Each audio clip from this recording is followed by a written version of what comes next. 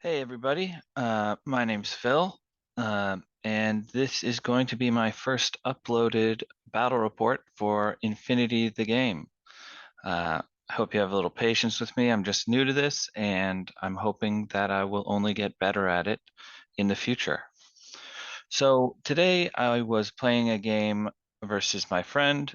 It is going to be Vanilla Combined versus Morats, and we are playing Power Pack in preparation for an upcoming tournament next weekend. So, starting off with my list, I call it Complete Hacking, and it is pretty typical, what we might call a meta uh, combined army list. The thing I break away from that I know other people like to do is only have Bit and Kiss for pitcher delivery. Now, while this is good, I think it leaves a little too much vulnerability if you're going second. The opponent can take out Bit and Kiss, leaving us with no way to extend our hacking area, and then severely limiting the capabilities of our anathematic, which we've paid 77 points for.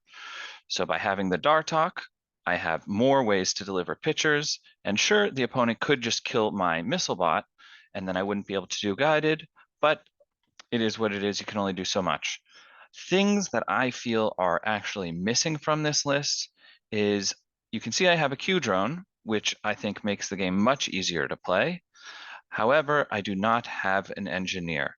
So things I would love to squeeze into this list, but simply cannot afford are an engineer with a helper bot, a Liberto, which you can see I'm missing, which I think is very useful for A, another attack vector, and B, a strong reserve drop when going second.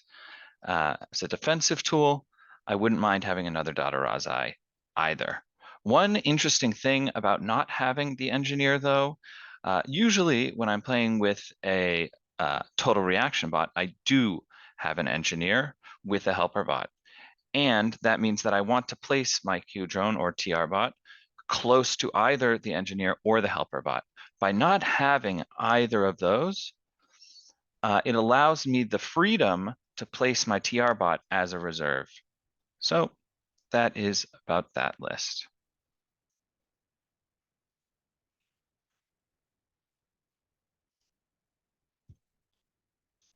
Moving on to my friends list, um, we can see he has a 5-man pure core here. Now, I don't play Morats. I'm not super familiar with all the models, but I am familiar with Coronac, a Suryat, the Dartok, and the Morat.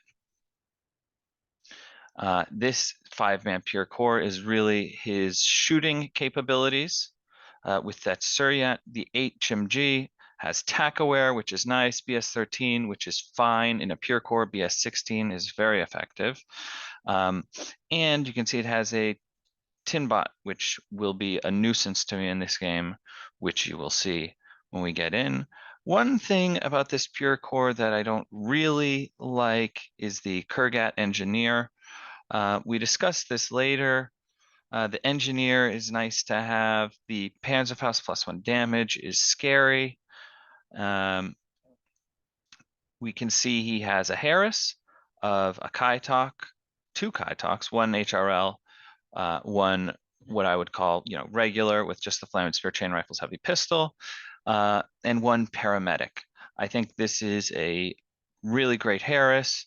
I think it's hard to argue against taking max AVA Kaitoks. They're just so strong. Armor 5, 2 wounds for as little as 22 points. It's really great. We have a Q drone, just makes the game easier to play. We have a T drone. Now this is something that I've discussed with my friend. This T drone, I understand why he has it. It makes all of his repeater networks dangerous for any model. So not only hackable models, but unhackable models walking through repeater network might get targeted by our sixth sense because of the core Dartok. And if they stay targeted, when it comes back to the Morat player's turn, we can easily guide them to death. But, you know, for our repeater network, all we have is these two icadrons. Um, we can, of course, lay out the repeater network with the Dartok, which could even reload via the icadrons, but I just don't feel like this is something the list is leaning into. And having another active gun or something else a little scary, I think could be better use of that SWC. We have the OSNAT with two Praetas. I think that this is strong. You get, a burst two smoke grenade launcher, especially important when you notice that this list has no Dadarazai. And I think the Preda are really strong corner guards when, especially in this Harris, because you get burst two chain rifles on a dogged platform. So getting by them could be really a pain. And we have a couple Icadrons. Just to get more general discussion about this list and something my friend has been struggling with, um, we are in the northeast of the United States. Um, a friend of ours, a dominant player in the region, and many would say the world, is Lobo. I can't speak for my friend, but at least for me, I have definitely bought into the school of Lobo style of play. Uh, if you can, you go first, and by stripping orders off the opponent, you can limit their ability to effectively play the game, which will help you win. Um, so getting back to what I was discussing, one of the problems my friend and I, when discussing his Morat building, Morat list building, is how, if we're going first, do we reach out and touch the opponent? How do we really deliver catastrophic damage if we're going first? And with this list, it's kind of hard to see how we might do that. Now, we could possibly get some smoke down and get up forward with the Preda Harris, lay out some big chain rifles on multiple models. We have a little bit of redundancy in our attack because not only do we have two Predas, but Predas can go dog it if they trade and just take a wound. That's one possibility. But other than that, I don't really want to march up a whole 5-man core, leaving that vulnerable. Could march up with the Kaitox, but I don't see any great options here. So that is one of the list building challenges that we've seen with Morats. Answers to this could be a Rassiat. I did mention earlier, it's hard not to take max AVA Kaitox, having some free floating Kaitox. If they have a lane, not only are they 6'2", but they dodge on 14s and dodge 4 inches, so you could move, dodge to get into aggressive positioning towards the opponent's DZ. And then once you get there, you have a really nasty fork of burst 3 chain rifle, and if they dodge, you have a burst 3 heavy pistol. That is really mean. And not only that, but you have armor 5 and 2 wounds.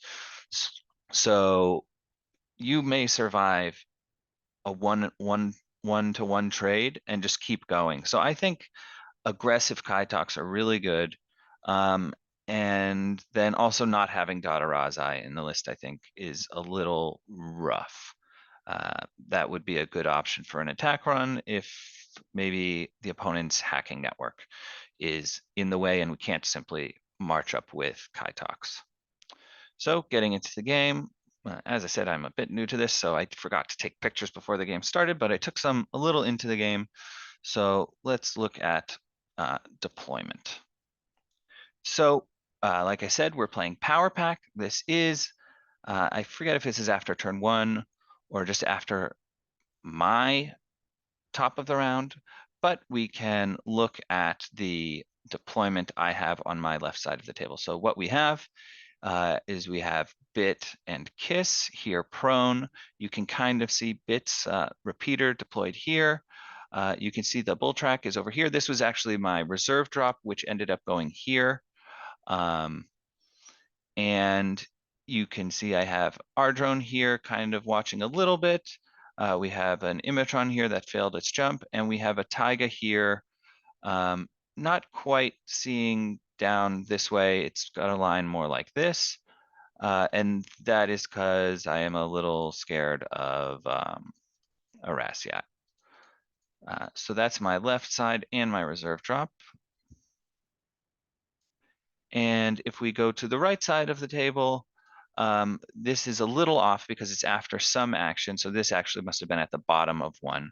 But this Dadarazai actually started here because we were playing this infinite height. And because of this building, no one can see the Rasyat, the Dadarazai here. So it's a nice little place for a free impetuous up at the beginning of my first turn. You can see my anathematic here. It actually was deployed here in camo. You can see this taiga here, which was actually deployed here. We have an Ikadron, this Iscalar jump troop, which is not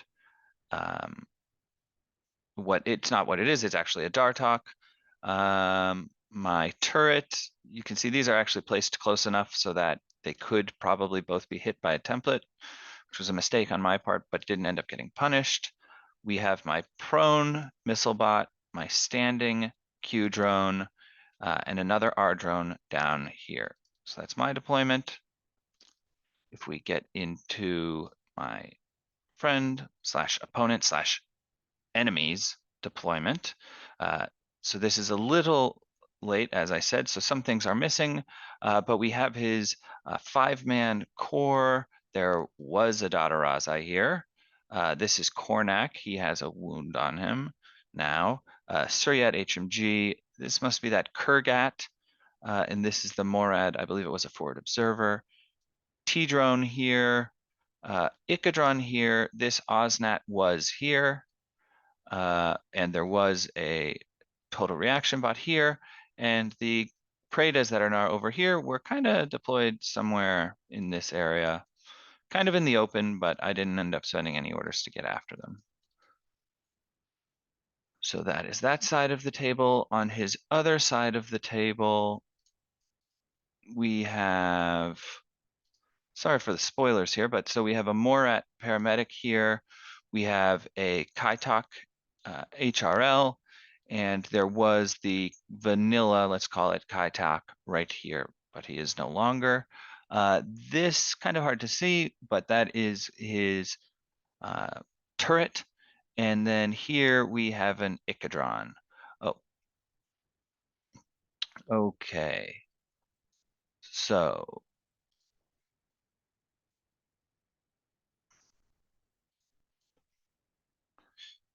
getting into what happened on the first turn of the game. Here we can see this is after his turn, but I had both sides of the table.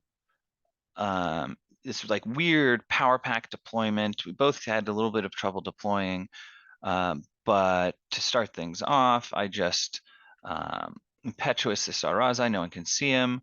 I think I just second short skill dodge, and kind of just move him up a little. He could be useful in the future.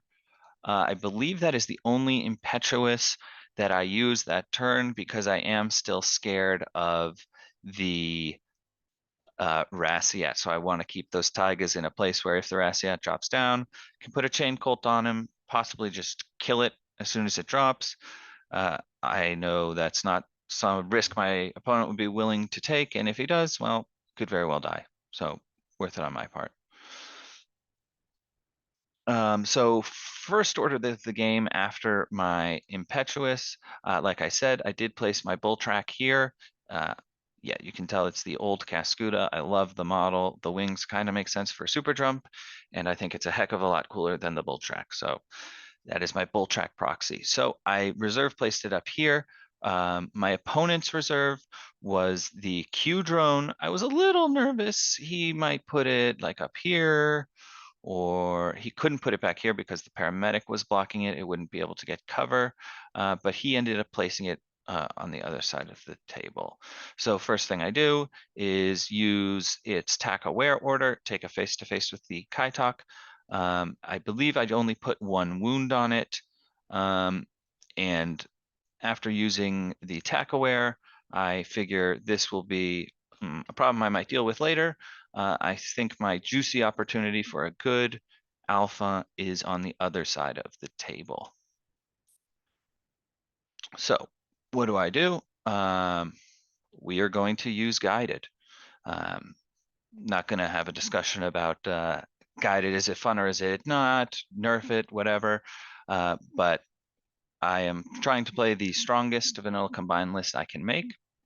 And I think guided is a very good tool with their uh, hacking network extension capabilities, along with the anathematic and a tool that the Dark Talk allows you to use when I was talking about the list earlier is not only does the Dark Talk give you another version of pictures, like with this list, I have Bit and Kiss on the left-hand side, I have the Dark Talk on the right-hand side, which means I have picture delivery systems on both sides of the table, really helping my anathematic be able to stretch its nasty fingers and hack all over the table. So not only does the Dark Talk give you that, but it also allows you to coordinated spotlight, which I think is a very powerful tool if you want to use guided in the active turn. Um, One thing that does do, though, is it makes command token usage extremely heavy. Very frequently on my first turn do I end up using all of my command tokens.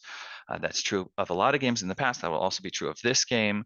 Um, and one thing that doesn't allow me or make me feel comfortable doing is holding back two reserves.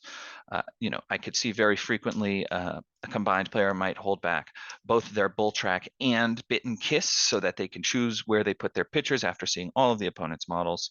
Uh, Choose the bull track so it can just shoot everything. So that's kind of a struggle that I've had, but it is what it is. Anyway, back to my first turn. I've shot the vanilla Kai Talk with Flamin' Spears. It's now out of Flamin' Spears, and I've moved over to this side of the table. So what I will do is this Dartok is free to kind of just move up 4 and shoot a pitcher here. So I will spend, oh, and sorry, my opponent did choose to deduct orders, and he actually took orders out of my second pool. If you recall what's in my second pool, it's the Icadron, the Dartok. Actually, let's go back to the screen because I might not fully remember it. So yeah, we can see it's the Icadron, the two Taigas, a Dadarazai, Imatron, and a Tidron. So he's taking it out of my missile pool. What do I think of that choice? Um, to be honest, it's not what I would do because all of my pitcher delivery and my hacking is in group 1. So along with my gunfighting, so I'd take it out of group 1. Once something is already spotlight, missiles really kill stuff fast. So the missile part is really efficient. It's the pitcher delivery and the hacking, which I think is the most order intensive. So I would have taken them out of group 1. It's just a casual game, checking it out. So it's fine, but it's not the decision I would make. So, like I said, Dartok moves up, shoots a pitcher here, fails his first one. Next order, he will come back and succeed in delivering his pitcher. Now, this is where I don't know if I would say it was a mistake, but something kind of inefficient happened. So now we have a pitcher here. We have an OSNAT here. We have a T drone or a Q drone, TR bot here, and this Icadron here. We also have that Sixth Sense tin botted Dartok of my opponent here. And this will end up taking me a lot of orders to get rid of. So what do? I do a little move hack, move hack, move hack. So the anathematic, kind of starts moving up this way, faces to faces the Dartok. My opponent, I think, makes the right choice. He could eat more orders if he chooses to Trinity back. He would be 116 versus 416s because of his firewall. I drop back down to 16. But he chooses to Oblivion me. So he is going to be on 113 versus my 416s. Now, the Trinity gives him a better chance of surviving, eating up more orders, but if he oblivions me, which is what he decided to try and do, um, my hacking with the anathematic is over, and I would be in loss of lieutenant. So even though the odds are strongly in my favor, if I lose, it could be catastrophic. Not only that, I realize the pain of the uh, firewall plus the natural BTS of a Dartok, which is 6. So he is saving on 5s. So I think it takes me about 4 orders actually to put that Dartok down. I put 1 wound on it, it goes dogged, keeps going on and on. So looking back, I could have probably pretty easily put the pitcher here,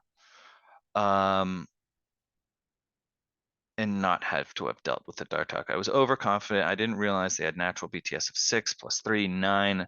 Just not the most efficient utility of orders. However, once it is out of the way, I am able to do some pretty devastating damage. So I put the Dartok down, 4 or 5 orders, I can't recall exactly.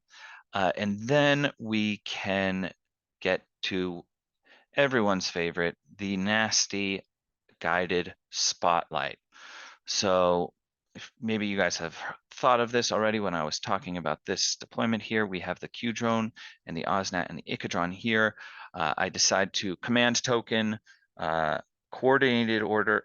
Actually, excuse me. I don't decide to coordinated order. So one thing I've been trying to do is with these coordinated order spotlights, what other useful things can I do? So before I get to this coordinated order spotlight, things that I might want to coordinated order in group 1 are our drones, Bull Track, Dadarazai, and not Dadarazai, Dartok, and the Anathematic. So before I do that, I spend an order here, shooting one more time at the no Flam and Spear Kaitok. I actually jump down to the ground level. While I do that, he only has, I believe, heavy pistols now, so I don't really care if he shoots back at me. He ends up dodging, and I think I put him unconscious doing that. So now the model is here, and then I can include the bull track in my coordinated order just to kind of move him to a little better place while my Dartok and Anathematic hack. So we coordinated order, we spotlight the OSNAT,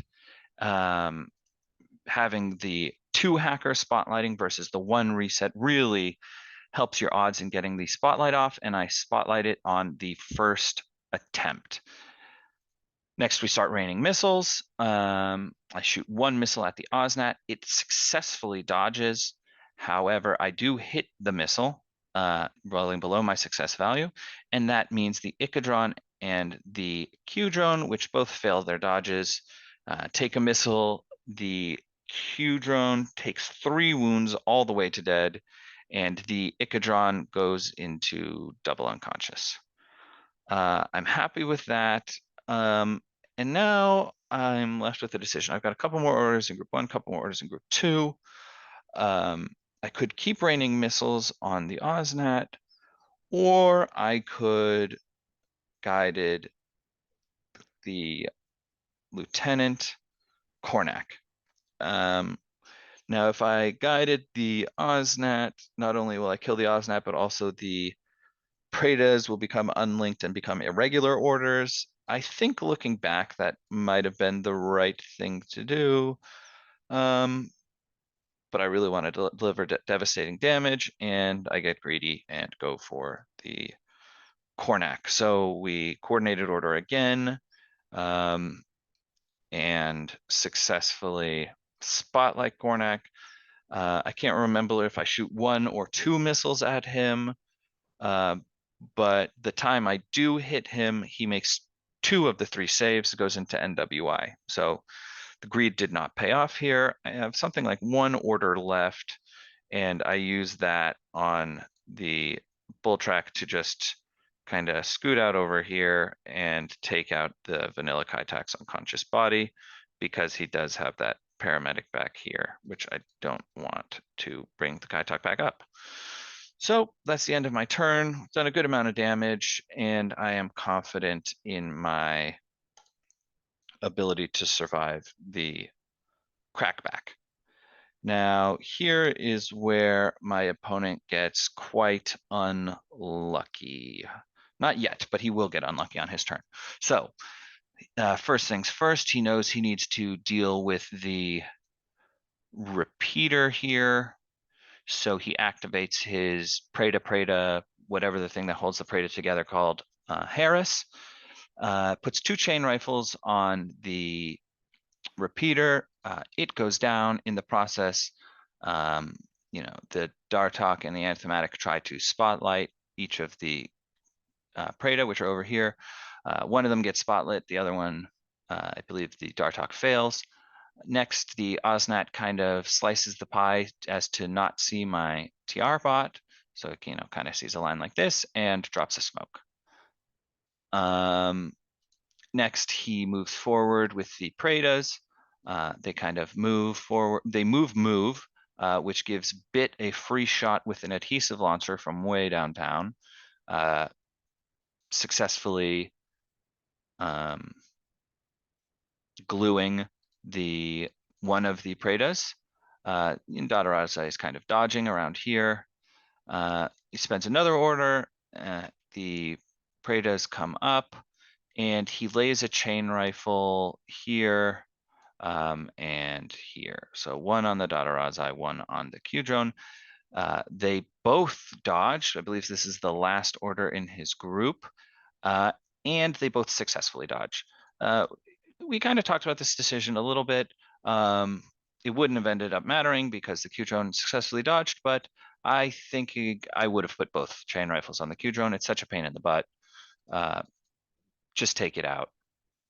It is what it is. With the Dadarazai successfully dodging, he gets into CC with the Preda, and that kind of ends his group 2 order spending. Next thing that he does is, with a couple orders, he moves his Suryat HMG up to here and wants to take this fight against the Q-drone. So Suryat's there, and here's where he gets quite unlucky. So he's shooting 5.11s versus my 4.11s. Certainly not a gunfight anyone is excited to take. He has that extra die, though. He has armor 4 to my armor 0. And he's feeling his options aren't so great at this point. He gets super unlucky. He spends about 5 orders trying to shoot down my Q-drone and eventually goes unconscious with his Suryat. Totally a bummer. Didn't work in his favor. And he's been kind of frustrated with the Suryat HMG. It doesn't have AP. Sure, 5 dice on 16s is great, but when you're, lose your purity, you're down to BS14. Then you're fighting a target with mimetism. You're on 11s. This is a gunfight he should have won, but the odds aren't strongly in his favor. It should have taken a lot of orders, but he shouldn't have died. Unlucky. Now he's feeling a bit desperate. We move to the other side of the table. We spend another number of orders here. Now unlinked HRL burst 2 versus my burst 1. I'm 1 on 13. He's 2 on 12s. He spends the rest of the orders of his turn making this gunfight. I believe it ends with us each taking 1 wound. I think he hit me 1 time and I hit him twice. So definitely not the best turn, but he had taken some damage, and breaking that pure core really hurts when the Suryat has to fight the mimetism Q-drone. So going to my top of turn 1, I impetuous the Dadarazai. It CCs, wins the CC battle against the Preda, just puts it dogged. The Taiga that was here kind of just impetuous is up to here.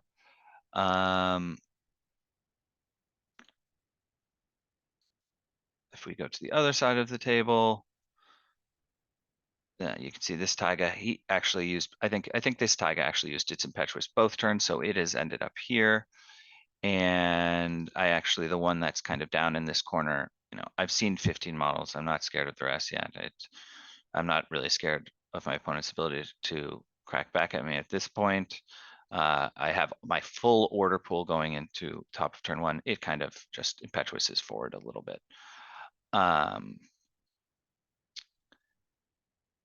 Yes. So after that impetuous, I kind of look at the table state. If you recall, Cornac is spotlit. He's here. We check. This cat is caught. I shoot a missile at Cornac. All three of these models fail their dodge, and all three die. And that is where we call the game. Uh, I haven't taken any losses. At this point in the game, I am going after killing Cornac. His Suryat again died on his turn. So what is left? The Kurgat is dying here.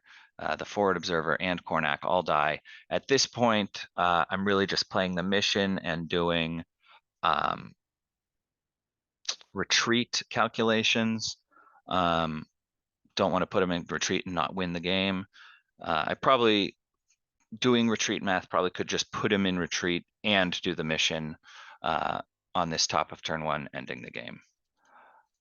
So after this game, we discussed about it. I don't know if he was kind of desperate to come back, spent all his orders. Unfortunately, it didn't work out in his favor.